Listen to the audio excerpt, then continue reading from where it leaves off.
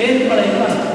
அவை பிரதான பெயர்ப்படைப்பார்கள்னா முதலாவது அந்த நிறுவனத்துக்கு ஆக குறைந்த நிர்வகிகள் 500 மில்லியன் மூலம் முதலாவது 500 மில்லியன் ரூபாய். அடுத்தது என்னன்னா 3 வருடங்கள் தொடர்ச்சியாக வரிக்கணும் இல்லாமல் 3 வருடங்கள் தொடர்ச்சியாக வரிக்கணும் இல்லாமல். அடுத்தது பட்டியலிடுவதற்கு விண்ணப்பிப்பதற்கு முந்தைய வருடம் இந்த வருஷம் பட்டியலிடுறாங்கன்னா இதுக்கு முந்தைய வருடம் அவன் சொத்துக்களை ஏற்கனவே காணுவாங்க. காரணமாக பார்த்தீங்கன்னா எங்களோட கலரை செய்வாங்க, பெரிய வீடு வாகனம் செய்வாங்க. ஆனால் எல்லாம் என்ன இருக்குது ஒரு லீசிங் இருக்குது அல்லது மோகம் அது நெருக்கடியாக கிடைக்கும். நெருக்கடிங்க அதை வந்து சொல்லலாம் இல்லை அவ்வாறு தான் நிறுவனங்கள் பெரிய பில்டிங் வச்சுருப்பாங்க, ஆயிரக்கணக்கான வாகனம் வச்சுருப்பாங்க, ஆயிரக்கணக்கான ஸ்டாஃப் இருப்பாங்க. ஆனால் எல்லாமே கடந்து அவ்வாறான நிறுவனம் பொருளாதார பட்டியல் வர முடியாது. ஏற்கனவே எந்த நிறுவனம் பண்ணலாம் அந்த நிறுவனம் குறைஞ்சது 2 வருடங்களாவது சொத்துக்களை ஏற்கனவே காண முடியும். இதுக்கு அடுத்ததுதான் இப்போ பார்த்தீங்கன்னா நிறுவனங்கள்லாம் சில நிறுவனங்கள் காணப்படுகிறது நிறைய காசு நிறுவனங்களுக்கு பங்குகள் வழங்கி தான் அவங்க நிறுவனத்தை அபிவிருத்தி செய்ய அவசியமே இல்லை. பங்குகள் வழங்கிதான் அபிவிருத்தி செய்ய அவசியம் இல்லை. போதுமானது பணம் இல்லை. போதுமானது பணம் இருந்தாலும் அவ்வாறான பங்கு தந்தி வருது. பங்கு சந்தையில் பங்குகள் வழங்கி உதாரணம் ஃபேஸ்புக் பங்கு சந்தையில் அதாவது யுஎஸ்ஏயில் நெஸ்டேக் பங்கு சந்தையில் பட்டியலிடப்பட்ட நிறுவனங்கள் ஃபேஸ்புக் நீங்கள் நினைக்கிறீங்க அவங்க 3 இடத்துல பண்ணுவோம். இங்கே எங்கேயாவது ஃபேஸ்புக் பிரான்ச் இல்லை, சில காலம் பிரான்ச் இல்லை. ஆனால் ஃபேஸ்புக் எல்லாம் தெரிஞ்சுக்கணும். ஆனால் ஒரு பிரான்ச் இல்லை. அந்த நிறுவனத்துக்கு 3 இடத்துல பண்ணிடுவோம். அந்த இலங்கையில் நாட்டுக்கு இலங்கையில் ஒரு பிரான்ச் கூட இல்லை. ஈவன் கலவரோட பிரான்ச் இல்லை. ஆனால் இலங்கையில் எல்லாருமே பயன்படுத்துறாங்க. சில நிறுவனங்கள் பிரான்ச் இருக்கலாம், ஆனால் எல்லாருமே பண்ண மாட்டாங்க. ஆனால் அவ்வாறு கூட ஃபேஸ்புக் நினைக்கிறாங்க பங்குகள் வழங்க 3 இடத்துல இருக்காங்க.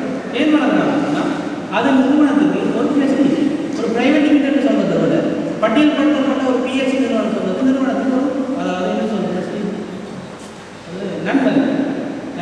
அடுத்தது நிறுவனத்தினுடைய சந்தை பெறுவது உதாரணமாக நீங்கள் பார்த்தீங்கன்னா நீங்கள் மகாராஜாவில் பெரிய மகாராஜா நீங்கள் சொன்னால் உங்கள் நிறுவனத்தில் சொன்னது என்னன்னு கேட்டால் அவரால் சொல்லலை. உங்கள் நிறுவனத்தை சந்தை பெறுவது அதாவது மார்க்கெட் வெளியில் அவரால் நிச்சயமாக சொல்ல முடியாது. ஏன்னு சொன்னால் அவர் அந்த நிறுவனம் பட்டியல்படுத்தப்பட்ட நிறுவனம் இல்லை. அவர் எவ்வாறு சொல்லுவாங்கன்னா அவர் சொத்தெல்லாம் கூட்டி அவ்வாறு தான் சொன்னார். அது உண்மையாக சொல்வது உங்கள் சொத்து நீங்கள் பெறுவது ஏதாவது பண்ணிக்கிறது இது ஒரு 10 லட்சம் போட்டால் உண்மையாக சொல்வது அதாவது சந்தை பெறுவது ஏதாவது சந்தை பெறுவது எவ்வாறு அளவிடலாம் வழங்கப்பட்ட பங்குகளை அந்த நேரத்தில் ஒரு பங்குகளை பெரிய கிடைக்க வர மாட்டேங்குது ஒரு நிறுவனத்துக்கு சந்தை பெறுவது. அதை சில ஒரு நிறுவனத்தை நான் எடுத்துக்கிறேன் 10 கோடி ஆனால் அந்த சந்தை பெறுவது எவ்வளோ வரும் 3 கோடிக்கு மேல் போகும். இதுக்காக ஒரு நிறுவனம் பங்குகளை வழங்க இவ்வாறு வழங்குறதால அவங்களுக்கு என்ன நன்மை கிடைக்குது, அவங்க நிறுவனத்தை பட்டியல்படுத்தாங்க, அவங்களுக்கு நன்மை கிடைக்குது.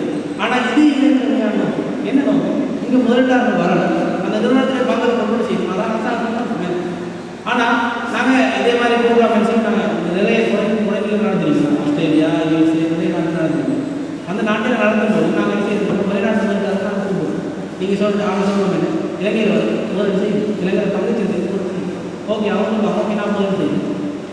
உதாரணமாக எக்ஸென்ட் கம்பெனியில் இருக்காது நான் இந்த கம்பெனியில் நான் முதல் செய்யணும். இந்த கம்பெனியில் முதல் செய்யணும்னு சொன்னால் அந்த கம்பெனி உண்மையிலே நல்லா பர்ஃபார்ம் பண்ணுற ஒரு கம்பெனி நல்ல சிறந்த அடிப்படையில் லாபம் அளிக்கிற கம்பெனி நான் அதை முதல் செய்தேன். ஆனால் அந்த முதலீட்டுக்கு போய் பார்த்தா அந்த நிறுவனத்தில் ஒரு 5% பங்குகள் தான் கம்பெனி சந்தையில் காணப்படும். விளங்கலாம் கிளியராக ஒரு 5% பங்குகள் தான் காணப்படும். வெளிநாட்டு முதலீட்டாளர் மில்லியன் கணக்கில் ஒரு செய்தி வருவார். ஆனால் 5% பங்குகள் தான் நீங்கள் காணப்படும். ஒரு அதாவது ஒரு 30 லட்சம் 40 லட்சம் நான் வாங்கலாம். 1000 ரூபாய் வராது. உதாரணமாக பார்த்தீங்கன்னா நான் வந்து வரன் பாப்பா எவ்வளோ பெரிய ஆகுதுன்னா கிட்டத்தட்ட அவர் சொத்து மதிப்பு $87 பில்லியன் $87 பில்லியன் இலங்கை மொத்த தேசம் தெரியும்.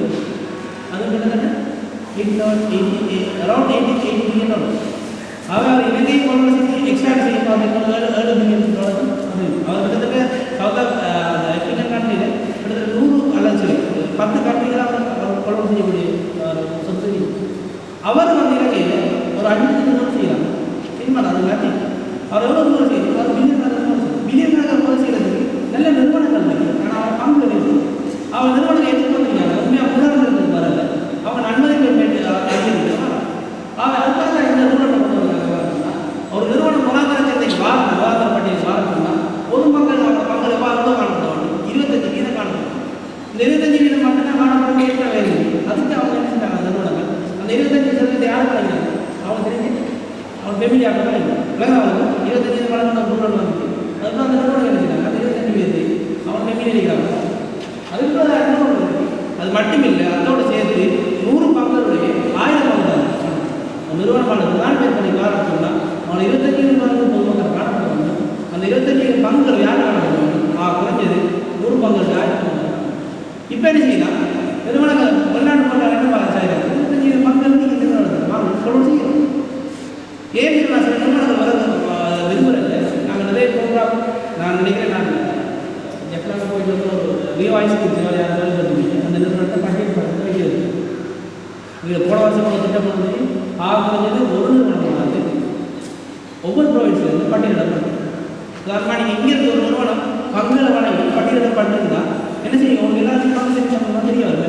இந்த நிறுவனத்தை பற்றி தெரியும் நிறுவனத்தில் பங்குகள் கொண்டு செய்வீங்க அதோட நீங்கள் என்ன செய்யும் பங்கு சந்தை கொடுக்காம அவ்வாறு ஒரே நாள் எல்லா நான் ரிவாய்ஸ் போய் காய்ச்சி எடுத்தாங்க அவங்களுக்கு உண்மையிலே மூணாவது நீங்கள் ஒன்லி ஜப்பானை கலப்படை மட்டுமே எனக்கு மாற்றணும் நான் நீங்கள் 3 பங்குகளை வளர்ங்க மில்லியன் 3 எடுத்துங்க உங்களை பிஸ்னஸை டெவலப் பண்ணுங்க நீங்கள் நிறைய வேலைவாய்ப்பு கொடுக்கலாம் நிறைய லாபம் கொடுப்பீங்க ஆனால் ஏன்னு சொன்னால் நிறுவனத்தினுடைய சில வேலை அவங்க என்ன பயப்படுறாங்க உரிமையை இழக்க முடியாது உதாரணமாக டேவிட் பீஸ் போன்ற கம்பெனி அவங்க எல்லாம் தெரிஞ்சு அது யாராவது பார்க்கறது டேவிட் பீஸ் என்ன அவர் இப்போ உயிரோடு அடிக்கிறாரு அவர் பேரை தான் அவர் யூஸ் பண்ணுறாங்க ஆனால் அவர் அந்த கம்பெனியில் பங்கு எடுத்துருக்காங்க அவர் 10 இருந்தாங்க 90 பங்கு யாரும் போயிட்டு அது உண்மையில் அவருக்கு முடியாது இப்போ அவருக்கு முடியும் ஏன் அவ்வாறு சில இன்சிடென்ட் நடக்கலாம்னு சொல்லி எங்கள் நாட்டில் கம்பெனி பயன்படும் ஆனால் அது உண்மை இல்லை ஏன் நிறுவனம் வழங்கணும் ஒரு 40 30 பங்குகளை பார்த்தோம்னா ஒரு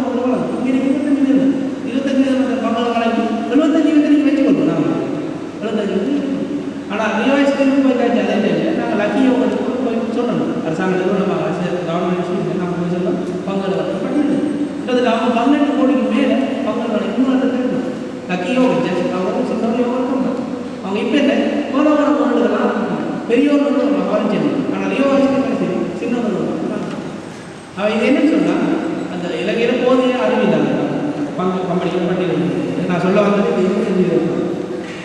அடுத்த திரிசாய் பெயர் பலகை அதாவது 2ஆம் தர பெயர் பலகை சொன்னால் ஆபத்தை நிறுவனத்தில் 100 மில்லியன் ரூபாய் நடத்தப்படும் பொதுமக்களிடம் 10 விதமான பங்குகள் காணப்பட வேண்டும் பட்டியலுக்கு முன்னேறுவது அதாவது இந்த வருஷம் பட்டியலில் முந்தைய வருடம் சொத்துக்களை ஏற்கனவே காணப்பட வேண்டும் அதே போல் குறைந்தது 100 பங்குகளுடைய 100 பங்கு காணப்பட வேண்டும் இருந்தாங்க எதிர்பார்க்கலாம் திரிசாய் ஏற்படுத்துவார்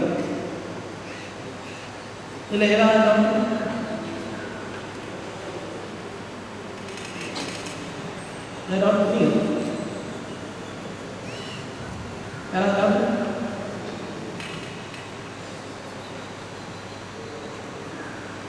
அடுத்து பார்க்கலாம்